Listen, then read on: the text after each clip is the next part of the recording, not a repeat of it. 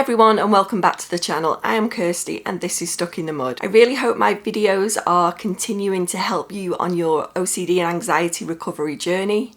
Please remember to like the videos and subscribe if you haven't already. I know that 77% of people that watch my channel in the last month aren't subscribed, and it'd be great if you could join and make this OCD and anxiety recovery community bigger so we can help more people. So in today's video, I wanted to talk about a type of OCD, a subtype that you may not be familiar with, or you may be familiar with certain parts of it, but you might not know the name. And the name is scrupulosity OCD. And this is a subtype of OCD that's involving religious and moral obsessions. So thinking that you did or thought something that could be a sin or a violation of religious or moral behaviour. And you may experience intense feelings of guilt and shame alongside this. And this is something that I have experienced throughout my life, probably a constant throughout my life. This subtype, it can often merge with other types of OCD as well. So that could be responsibility OCD, hyper-responsibility, or even POCD, paedophilia OCD, or harm OCD. They often go kind of hand in hand. And I've experienced these to some degree throughout my life, and they often come along with the overwhelming feeling of being guilty and feeling shameful, thinking, am I a bad person? And although scrupulosity OCD is not about faith, religion, or spirituality, it is OCD just finding a way to latch onto you again. And it'll latch onto you through something that you value, something that is extremely important to you. And for many, religion plays a big part in their life. So I wouldn't say I'm super religious. I certainly didn't grow up in a household that was very religious. I would class myself as a Christian. I come from the Church of England faith. And if someone was to ask me that, that's what I would say, or I'd write down. And although that is so, I've grown up in schools where they, we'll say the Lord's Prayer, we'll do things based in religion. But if anything, I would say I'm more a spiritual person rather than a religious person. And it's something I've explored further as I've grown older. And I do see things in more of a spiritual sense than a religious sense now. And that has caused me issues at times, with scrupulosity, because I do have a very high moral compass. And I think as an OCD sufferer that is extremely common. We often hold ourselves in high regard to the way we conduct ourselves, to the way we think, to the way we act. And that is very much part of this type of OCD. And like I said, it's always been there. And at certain times of my life, I've really become quite ill with that, in that sense, because it's made me carry through with compulsions and obsessions that were not helpful. And as I have got older, I've realised that for myself, that this is not the best way of doing things. So, for example, I would get caught up in excessive prayer. Especially the last time this happened was when I was pregnant with my last child, my fifth child, who is my daughter, my 3-year-old daughter now. And I prayed the exact same prayer every single night because I was so afraid of going in for my C-section. And I absolutely made myself recite this prayer every single night, and I had to say it exactly right, and I had to say it a number of times. And I remember getting so frustrated that I had to do this, but I felt by reciting this prayer every single night that would keep me safe. And I was fully in the grips of OCD in that pregnancy, and that continued on after she was born. And this is very, very normal for scrupulosity. You will find yourself feeling like you could have sinned, or the thoughts you were thinking were sinful, that you could go to hell because of the way you're thinking. You really question everything. And like I said, this can often merge into different forms of OCD as well. So it's a really tricky thing, because lots of people live their lives, with religion, and it's bound to have some kind of effect, especially if you suffer from OCD, because these are things you value in your life.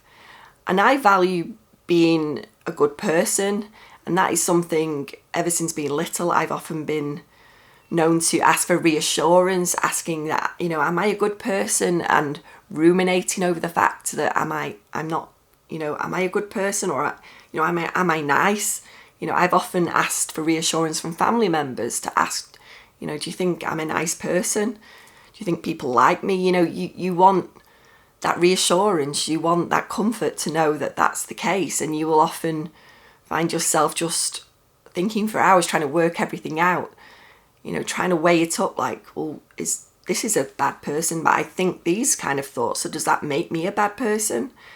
And you feel like you've sinned, and someone's, like, a higher power is watching us. And this is where I have fallen into, being a spiritual person, thinking that, I have to be the best, and super highly vigilant over my life, and being a good person, making sure I'm not being selfish, and trying to live my life, as a good person, doing good things. But sometimes, we're not perfect people. We're not going to be the best all the time, and that's a level of acceptance I've come to now, in that I will let myself, not fall into those categories all the time. I have bad days. I have days where I feel down and depressed, and I might not be the first person to want to help someone, or, but as a general rule, I live my life like that, and that's fine. And that doesn't mean you have OCD if you're like that.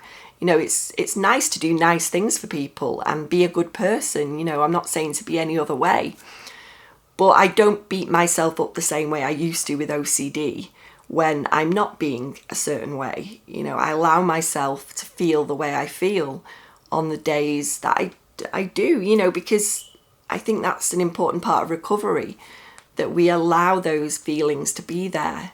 We allow, not feeling so good, and that level of acceptance, then, in turn, we're not trying to change everything all the time to fit a certain narrative. We're not trying to change the way we feel. And I really do think that is an important part of recovery. But in terms of OCD, we have to find ways to actually resolve this and not have it impact our lives to the degree it is. And a big part of scrupulosity OCD is the fear of being a bad person. We'll often do compulsions and rituals that we use to try and neutralize those thoughts. So if we feel like we've had a sinful thought, we'll try and make ourselves feel better by carrying out a ritual to know that, this isn't a true thought. This is not something that I really feel. We'll get random thoughts just pop into our head. That is just OCD. It's just latching onto something that you value and you're passionate about. And it's really debilitating, because we will try and find ways to make ourselves feel more comfortable. Like I said, for me, it was the excessive prayer. We'll seek reassurance, rumination, comparing yourself to others. We'll avoid things like, if you are religious, you'll avoid things like church and anything that may trigger you. And we'll often feel compelled to confess as well, especially if you suffer from religious OCD. Confess, quote, bad thoughts or evil thoughts. And the common obsessions are, we think bad people have bad thoughts, so that must mean I'm a bad person. Thoughts that oppose your beliefs or your religious views. Like I said, do I do enough? Am I being selfish?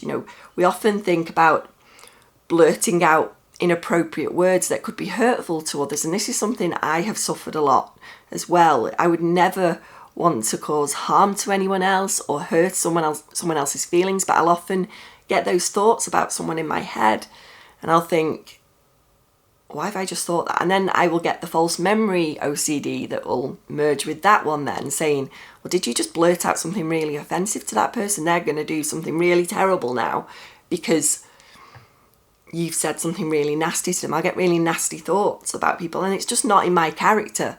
I would never want to hurt someone else, and these thoughts just appear in my head. But now, rather than seeing it as, oh, I'm a terrible person, that I just thought, a nasty thought about someone, I will just let those thoughts be there, because I know they're not me. I know it's OCD just trying to hook me in and trying to get me to carry out a compulsion, or a ritual, just trying to hook me in. That is OCD's job. OCD's job is to hook you in and get you involved. So that might be by you ruminating over it. You may feel compelled to carry out a ritual to try and neutralize that, to keep you safe, to keep other family members safe. We often will feel like by doing this, it will keep everyone happy and safe, and it's a trap, OCD, because it wants to get you involved, and the more we involve ourselves, the bigger it gets. So I'm very aware of that now, and bringing awareness to that is a big part of recovery, because once we're aware of it, and we're aware, the sooner we can be aware of when we're getting hooked in and we're trying to figure things out and trying to seek reassurance or involve ourselves in a ritual, the easier we can step back and let that be there. Not get so hooked in and just let it ride out. I know it's going to be uncomfortable at first, and this is the big challenge with recovery from OCD and anxiety, because letting those uncomfortable feelings be there is part of the recovery. So you may feel a surge of anxiety or a surge of panic, and sitting with it is hard. Rather than sitting with it, we'd rather neutralize it and carry out a ritual or ruminate, which is a ritual. Rumination is a ritual. But we have to kind of step back from that and just think, I know it's OCD. I know you're trying to get me involved. I'm just going to let you be there. You can do your thing. And the more we practice that, the easier, and it just dissolves on its own. And it's a miraculous thing for OCD sufferers to realize this. I've spent a large portion of my life trying to get to this place I am now, and I've tried it, but I've not really put myself fully into it, and I've slipped up, and that's fine. We do have setbacks, but I wasn't always doing the work I needed to do, and that is just as consistently as possible, because the more we do this, the more we realize that it's just OCD. It's just a thought. It doesn't need our attention. It is the fact that any thought is allowed.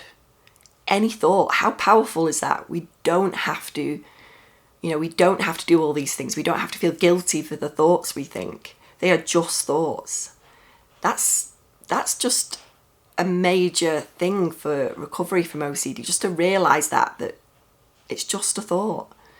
And if I can do this, I know you guys can do it. And this is what my videos, I'm hopeful anyway, that these videos will help you do that, will help you see that, and also help you to achieve that too, because like I said, if I can do it, you can too. And these kind of subtypes of OCD, they all seem different, and they have their differences, but ultimately all subtypes are treated the same. One can seem worse than the other, granted, and I would say that myself. Obsessions can all be different, but we're treating it exactly the same way, because they are just thoughts. They are just OCD thoughts, compulsions, rituals, and once we can kind of get our heads around that, we can actually make strides forward in our recovery. So I really hope this has given you a lot of information today about scrupulosity. Maybe you've never heard the name, maybe you've never really understood what it's about. But yeah, it's all based in our, moral compass and our relationship with religious practices or spiritual practices. In my case, that has been the major thing for me, and there being a higher power that's holding me to account for everything I do. But I've also gone easier on myself about that, because I don't feel that if there's a higher power that they are this is my own personal views, I'm not trying to push this on anyone, but you know, it's a loving thing. It's not that they're just watching you, waiting for you to fail or trip up. You know, life is difficult, life is challenging, and there's going to be ups and downs and things we do that we look back on and we think we wish we'd done that differently, and we shouldn't hold ourselves so much to account. You know, we shouldn't feel guilty and have a lot of shame over these things, because they're all lessons in life. But all the OCD things, of course, it's just OCD.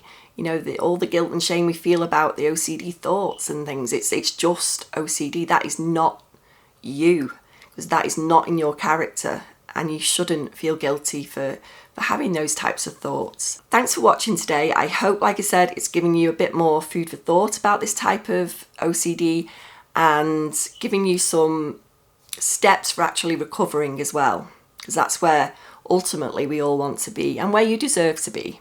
So I'll see you in the next video. Thanks for watching.